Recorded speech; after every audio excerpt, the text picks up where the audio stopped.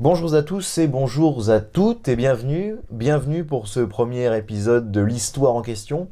Alors aujourd'hui avec vous, on va essayer de répondre à une question que je me suis moi-même longtemps posée, à savoir pourquoi est-ce que l'Espagne de Franco n'était-elle jamais rentrée en guerre aux côtés des Allemands?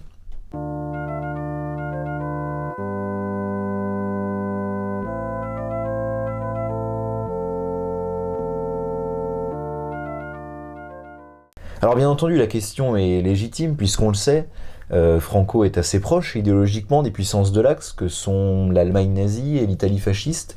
Et surtout, ces deux puissances ont apporté une aide considérable à Franco pendant la guerre civile espagnole entre 1936 et 1937, lui fournissant des armes, des troupes et de l'aviation. Alors pour répondre à cette question, on va essayer de se replonger ensemble en cette année 1940 afin de comprendre l'attitude et la politique du dictateur espagnol.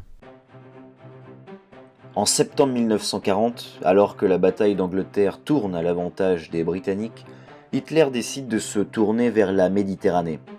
Il pense alors à Gibraltar ainsi qu'à une expédition en Libye, alors sous contrôle italien, pour attaquer l'Égypte et prendre le contrôle du canal de Suez. En effet, en fermant ce canal, l'Angleterre se retrouverait alors isolée de ses colonies et ses routes commerciales seraient coupées.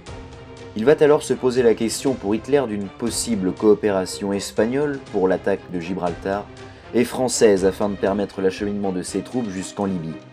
Il pense pouvoir obtenir facilement l'accord de l'Espagne car au moment de l'armistice en juin 1940 avec les Français, Franco avait déclaré qu'il était favorable à une entrée en guerre aux côtés des Allemands seulement après le débarquement allemand en Angleterre. Cependant, durant ce mois de septembre, la possibilité d'un débarquement allemand en Grande-Bretagne s'éloignant, Franco se révèle plus prudent. En effet, il sait que l'Angleterre est en capacité de menacer, et ce très sérieusement, l'Espagne, qui a besoin de caoutchouc, de pétrole, de céréales, et la Royal Navy a les moyens de bloquer l'accès des Espagnols au marché argentin, américain et canadien. Le 3 septembre, Ribbentrop rencontre l'ambassadeur espagnol à Berlin. Il demande alors à l'ambassadeur de pouvoir installer une base navale aux Canaries, en échange de quoi Ribbentrop promet l'appui allemand sur les revendications espagnoles à l'encontre du Maroc français. Cependant, Hitler n'est pas en accord total avec ces propositions, et ce pour deux raisons.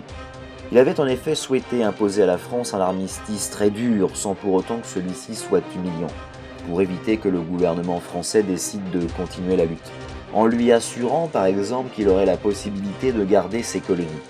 Deuxièmement, n'oublions pas qu'Hitler essaye dans le même temps d'obtenir un accord avec les Français pour une coopération plus forte, et il serait imprudent de se mettre Vichy à dos, surtout que des colonies pourraient rejoindre De Gaulle.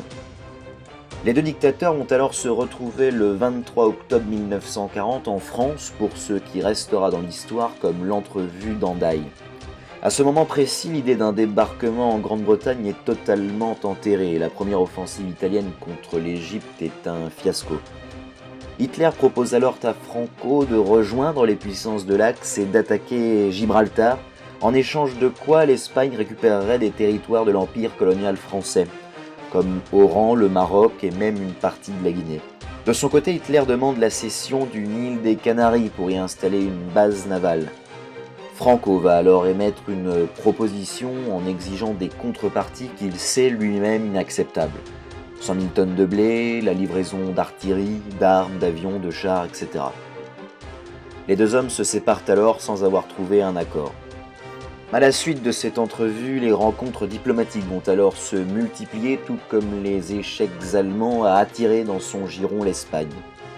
Elles vont se conclure en décembre 1940. Hitler contacte alors Franco et lui demande une nouvelle fois d'autoriser le passage de plusieurs divisions allemandes à travers l'Espagne pour attaquer Gibraltar. Franco refuse de nouveau et évoque encore une fois le risque britannique. Alors en plus de cette menace anglaise, il faut garder à l'esprit que l'Espagne de 1940 sort tout juste d'une guerre civile terrible qui a déchiré sa population et son territoire.